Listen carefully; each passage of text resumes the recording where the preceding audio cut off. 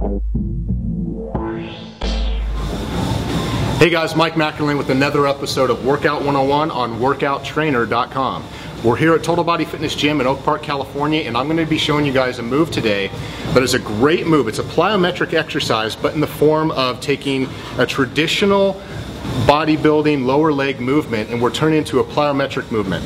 When should you do this movement? Okay, well first of all, let me tell you what it is. It's a jumping lunge, all right? When you do any type of plyometric or power movements, what you really want to do is try and emphasize those movements to be done at the beginning parts of a workout program if you're using weight. So I'm going to demonstrate the movement with weight, without weight, talk to you guys about the different variations of when you can actually use it in a program and why it's beneficial, all right? So we're just going to be taking light dumbbells. Now what you want to do, we've talked about a lunge in many different episodes to where we're talking about the setup and the progression and the muscle groups that are emphasized when you do lunges.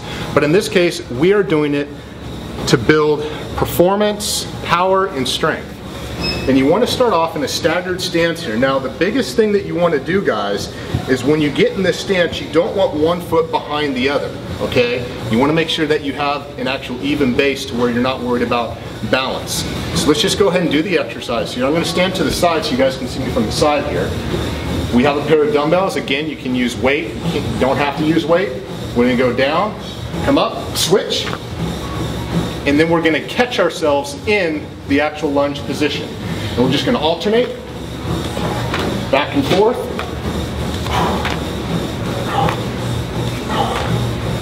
And relax. All right. So let's talk about the setup. First things first, as I said, make sure that your feet are about shoulder width apart.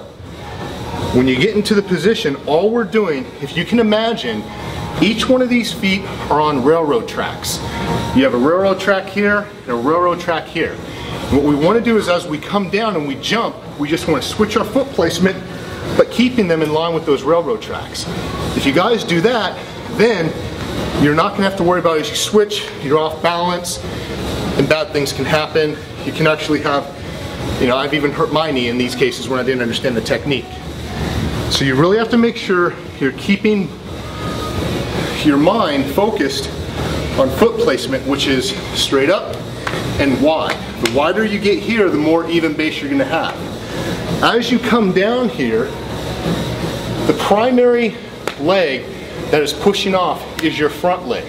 So as you come up here, you're emphasizing your left leg here, and as you come up, you're coming, switching, catching yourself here in the descent, and just forcing your leg off the opposite leg. The one thing you want to be mindful of is the position of your upper torso.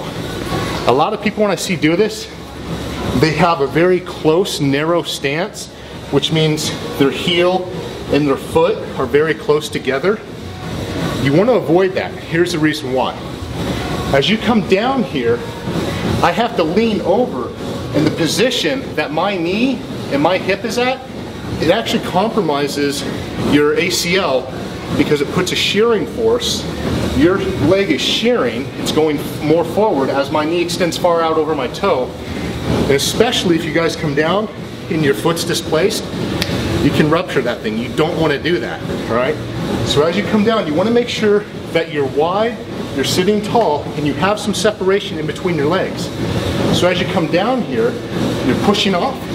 You don't have to worry about height. You want to try and jump up as much as possible, but don't let somebody say, oh, you don't have a very good vertical jump when you're doing this. It's not about that. It's about the power that you're doing when you're coming down eccentrically. As you come up here, switch. And I'm catching myself in this wide stance here. All right. When you do this exercise, you can use dumbbells, all right? You can use a barbell.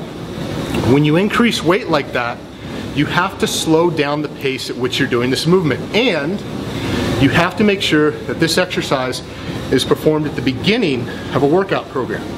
If you do this exercise, any type of jumping, explosive, or power movement, plyometric movement, at the end of an exercise program where you're already fatigued, if you've done your legs, that's when injuries can happen, because you need all your muscle fibers firing really like at their best chance of being able to be active, which is at the beginning parts of a workout program, because you're using a lot of the type 2B fast twitch muscle fibers, which are the muscle fibers that are responsible for power and generating a lot of strength. So as you do this, do it with weight, whether you're holding a dumbbell, have a barbell at the beginning parts of a workout program. Now, one of the best things I love about this exercise is this is an exercise using no weight.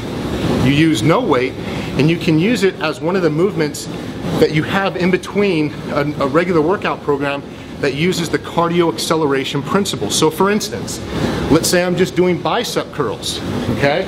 And in between each set of my bicep curl, if I want to turn that workout program into a cardio acceleration type of program, as soon as I'm done, you go down, and now you're doing jumping lunges for a minute in between each set.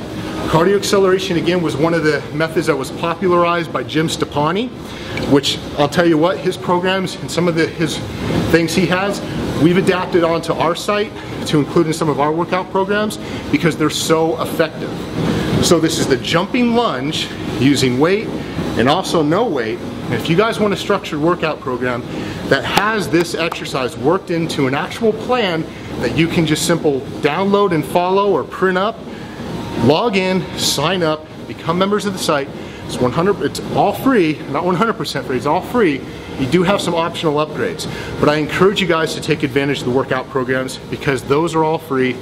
If you want, you can actually follow the workout programs and create your own. So if you have a favorite plan that you're doing, go into the community section, create the workout program by using our member create workout program feature, and you guys can now take your favorite plans and programs, stop writing them down in a notebook or tearing them out of a magazine, and have those workout programs be available to you on either the Droid or the iPhone apps that we make available on the site.